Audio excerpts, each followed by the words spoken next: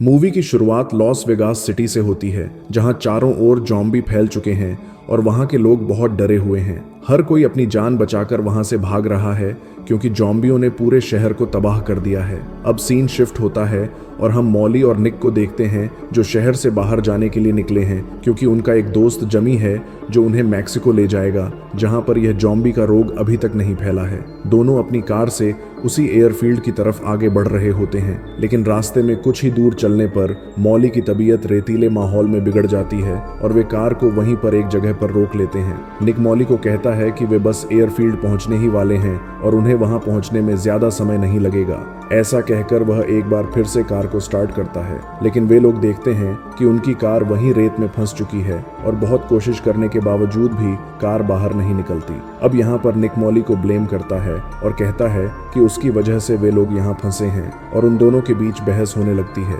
लेकिन तभी वे देखते हैं कि शहर की ओर से एक आदमी उनकी तरफ आ रहा है और वे लोग समझ जाते हैं कि वह एक ज़ॉम्बी है क्योंकि वह बहुत धीरे धीरे आगे बढ़ रहा था। उसे आगे बढ़ता देख निक कार से अपनी गन लेने जाता है और इसी बीच उसका मोबाइल भी कार से नीचे गिर जाता है। अब निक उस ज़ॉम्बी को गन से शूट करता है और वह ज़ॉम्बी वहीं पर गिर जाता है और उन दोनों को लगता है कि वह ज़ॉम्बी मर गया है और इस कारण वे लोग जश्न मनाने लगते हैं। लेकिन थोड़ी ही देर बाद वह ज़ॉम्बी एक बार फिर खड़ा हो जाता है क्योंकि निक का निशाना इतना पक्का नहीं था कि वह ज़ॉम्बी को सिर में गोली मार सके और वह ज़ॉम्बी एक बार फिर से उनकी तरफ आगे बढ़ता है। अब निक गन में बची हुई सारी बुलेट्स उस ज़ॉम्बी पर चला देता है, लेकिन निक ज़ॉम्बी को खत्म नहीं कर पाता। अब वे दोनों उसे आगे बढ़ता देख जल्दी से कार में आकर बैठ जाते हैं और मॉली निक को किसी को हेल्प के लिए कॉल करने को कहती है, लेकिन निक देखता है कि उसका मोबाइल कार में नहीं है, जिसके बाद मॉली उस पर बहुत गुस्सा करती है और वह ज़ॉम्बी भी उस कार के पास आ जाता है। अब वे दोनों उसी कार में बैठे रहते हैं और उस ज़ॉम्बी के वहां से जाने का इंतजार करते हैं,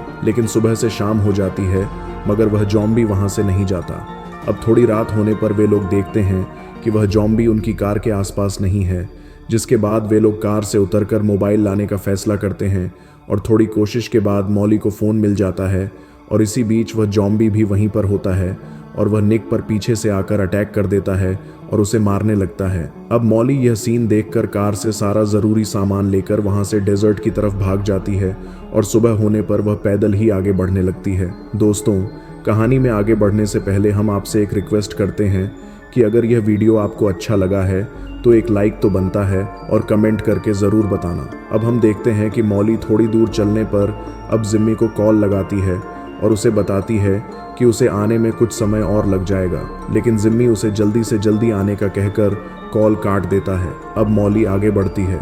हालांकि अगर वह कार से एयरफील्ड की तरफ बढ़ती तो उसे ज़्यादा समय नहीं लगता, लेकिन अब वह मोबाइल का नेविगेशन ऑन करके ही शॉर्टकट से आगे बढ़ती है और वह अपने बैग में देखती है कि उसके पास ज़रूरत का बहुत सारा सामान है, जिससे वह आसानी से इस डेजर्ट में सरवाइव करके एयरफील्ड तक पहुंच जाएगी और वह इसी भरोसे के साथ आगे बढ़ती है। अब कुछ दूर चलने पर वह थक जाती है और रात होने पर वह एक जगह पर रुकने का सोचती है और वहां पर आग जलाकर वह आराम करने लगती है। इसी बीच वह अपने बेटे चेस को याद करती है जो अभी उसकी बड़ी बहन के पास रहता है और अब हम देखते हैं कि वह ज़ॉम्बी वहां पर आ जाता है और मॉली पर अटैक कर देता है, लेकिन मॉली अपनी जीने की विल पावर से उस ज़ॉम्बी से बच जाती है और एक चट्टान पर चढ़ जाती है और वहीं पर आराम करने लगती है क्योंकि वह ज़ॉम्बी उस चट्टान पर नहीं चढ़ सकता। अब सुबह होने पर वह देखती है कि वह ज़ॉम्बी अभी भी वहीं पर खड़ा है और उसके नीचे आने का इंतजार कर रहा है, जिसके बाद मॉली उसे एक छोटी सी लकड़ी से भगाने की कोशिश करती है और उसे लगता है कि वह ज़ॉम्बी उस लकड़ी को देखकर डर कर वहां से भाग जाएगा, लेकिन ऐसा कुछ भी नहीं होता है और उल्टा मॉली को ही वहां से भागना पड़ता है और वह अपना सारा सामान साथ में ले जाती है। लेकिन हम देखते हैं कि वह ज़ॉम्बी भी उसका पीछा करता है। हालांकि वह ज़ॉम्बी बहुत ही स्लो था, लेकिन खतरनाक भी बहुत था। अब मॉली वहां से काफ़ी दूर निकल जाती है और वह तेज़ी से एयरफील्ड की तरफ बढ़ती है और बहुत चलने पर वह थक जाती है और उसे डेजर्ट में एक पुराना कैबिन नज़र आता है जहां वह आराम करने का सोच अंदर चली जाती है। उसे नींद आने ही वाली थी, तभी वह ज़ॉम्बी भी वहां पर आ जाता है और उसे देख मॉली बाथरूम के बाथटब में छिप जाती है। अब उस ज़ॉम्बी को मॉली कहीं पर भी नहीं मिलती है, जिसके बाद वह ज़ॉम्बी दूसरे रूम में जाता है। इसी बीच मौका पाकर मॉली खिड़की से कूदकर वहां से भाग जाती है और कुछ दूर चलने पर वह नोटिस करती है कि वह ज़ॉम्बी अभी भी उसे ढूंढते ढूंढते उसके पीछे आ रहा है। उसे आता देख मॉली अब डरने से ज़्यादा फ्रस्ट्रेट हो जाती है और उस जॉम्बी को पत्थर से मारने लगती है और कहती है कि वह यहाँ से चला जाए, लेकिन वह एक जॉम्बी था। उसे यह कुछ भी समझ नहीं आ रहा था और वह तो बस मॉली का पीछा ही करते जा रहा था। अब मॉली भी उसे इग्नोर कर आगे बढ़ती है और अपने आप से ही बात करने लगती है और साथ ही में वह जॉम्बी से भी बात करती है और उसका नाम इस्माइल रखती है। हालांकि इस बात से जॉम्बी को कोई भी फर्क नहीं पड़ता है क्योंकि वह तो एक डेड बॉडी थी। अब मॉली एक चट्टान पर रात बिताने का फैसला करती है और वह देखती है कि वह जॉम्बी अभी भी वहीं पर है। अब मॉली बैठकर उसके साथ अपना पास्ट एनालिसिस करती है और हम फ्लैशबैक देखकर समझ जाते हैं कि मॉली एक डांसर हुआ करती थी। अब सुबह होने पर मॉली एक बार फिर से आगे बढ़ती है, लेकिन वह जॉम्बी भी उसके पीछे आता है। लेकिन मॉली अब देखती है कि उनकी तरफ एक रेतीला तूफान बहुत ही तेजी से आ रहा है, जिसके बाद वह अपने आप को बचाने के लिए भागती है। लेकिन इसके बावजूद भी वह जॉम्बी दोनों उस तूफान की चपेट में आ जाते हैं और जब मॉली को होश आता है तो उसे अपना बैग और वह जॉम्बी कहीं पर भी नजर नहीं आता, यानी कि वे तूफान की वजह से खो गए थे। अब साथ ही मॉली को हाईवे भी नजर आता है जहां उसे एक ब्लैक कार नजर आती है। मॉली उन कार वालों को आवाज लगाती है जिसमें 2 बंदे आते हैं, जिनमें से एक का नाम टेड और एक का नाम जेसन है, और वे लोग मॉली की मदद के लिए उसे कार में बिठा लेते हैं और उसे पानी भी पिलाते हैं। थोड़ी देर बाद मॉली उन्हें कहती है कि उसका सामान रेत में कहीं खो गया है, जिसके बाद वे दोनों लोग उसका बैग ढूंढने जाते हैं। इसी बीच मॉली कार में एक फोटोग्राफ को देखती है, जिससे मॉली को पता चलता है कि ये दोनों लड़के चोर हैं और उन्होंने इस कार को किसी से चुराया है। अब वे दोनों लड़के मॉली का बैग ढूंढ कर ले आते हैं, जिसके बाद मॉली न चाहते हुए भी उन्हें एयरफील्ड से मेक्सिको जाने की बात बता देती है। तभी पीछे से जेसन मॉली को एक पॉलीथीन से मारने की कोशिश करता है, लेकिन मॉली किसी तरह अपने आप को बचाने की कोशिश करती है। तभी हम देखते हैं कि मॉली का वह जॉम्बी दोस्त जिसका नाम इस्माइल है, वह उसे बचाने के लिए वहां पर आ जाता है और वह टैडी को पीछे से आकर बाइट कर लेता है। अब वहां उस जॉम्बी को देखकर जेसन भी कार लेकर भाग जाता है। अब इस्माइल का ऐसा व्यवहार देखकर मॉली को उस पर थोड़ा प्यार आता है और मॉली अब उस कार से नीचे गिरे सामान को इकट्ठा करती है, जिसमें बहुत सारी खाने पीने की चीजें थीं। अब मॉली को एक बोट भी मिलती है और मॉली सामान को उस बोट में रखकर उसे खींचते हुए आगे बढ़ती है। अब वह इस्माइल जॉम्बी भी उसके पीछे आ रहा होता है। अब थोड़ी दूर चलने के बाद मॉली अपने आप को थका हुआ महसूस करती है और वह इस्माइल को आता हुआ देख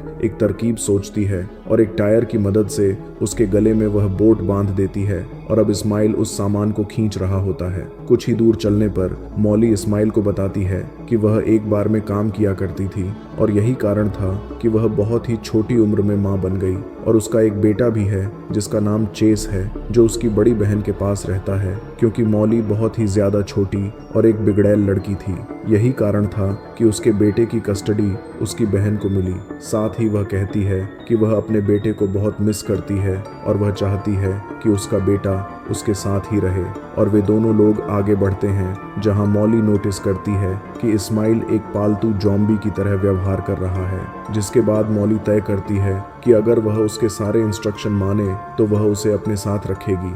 जिसके बाद इस्माइल उसकी हर एक बात को समझता है और मॉली जैसा कहती है इस्माइल वैसा ही करता है। और अब वे दोनों चलते चलते हाईवे पर आ जाते हैं जहां पर उन्हें एक मिलिट्री की गाड़ी आती हुई दिखाई देती है। यह देख मॉली इस्माइल को वहीं पर छिपा देती है और अकेले ही बाहर आती है, क्योंकि गवर्नमेंट का जॉम्बिस को देखते ही शूट करने का ऑर्डर था। अब मॉली उन सोल्जर के पास जाती है और बताती है कि वह पास ही के एक एयरबेस पर जा रही है जहां पर उसके फ्रेंड उसका वेट कर रहे हैं।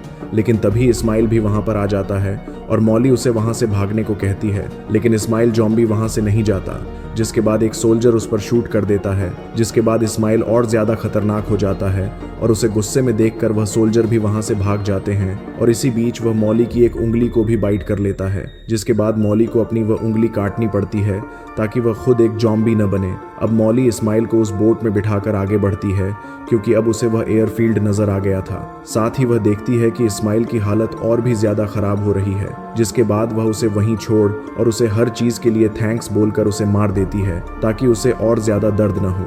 और मॉली अब एयरफील्ड की तरफ आगे बढ़ती है जहां वह जमी और उसके दोस्तों से मिलती है और वह मैक्सिको जाने से पहले अपने बेटे चेस से बात करना चाहती है। जिसके बाद वह अपनी बहन के घर कॉल करती है और कॉल चेस उठाता है और वह कहता है कि यहाँ पर बहुत सारे जॉम्बीज ने अटैक कर दिया है और वह कई दिनों से एक ही रूम में छिपा हुआ है और उसकी मदद के लिए कोई भी नहीं आ रहा है। जिसके बाद मॉली अब समझ जाती है कि उसकी बहन भी अब मारी जा चुकी है और चेस अकेला है। जिसके बाद वह अपने दोस्तों को कहती है कि वह अब मैक्सिको नहीं जाएगी और वह अपने बेटे को बचाने के लिए वापस लौट रही है। जिसके बाद उसके सारे दोस्त मैक्सिको चले जाते हैं और मॉली भी वापस लौटने लगती है। तभी उसकी नज़र एक कार पर पड़ती है जिसकी चाबी के लिए उसे बहुत सारे जॉम्बीज से सामना करना पड़ता है और मॉली उन सभी जॉम्बीज को खत्म करके उस कार को लेकर अपनी बहन के घर पहुंचती है, जहां उसे पता चलता है कि उसकी बहन और उसका हस्बैंड मारा जा चुका है और चेस एक जगह पर छिपा हुआ है और आसपास में बहुत सारे जॉम्बीज हैं। लेकिन मॉली किसी तरह चेस को लेकर वहां से निकलती है,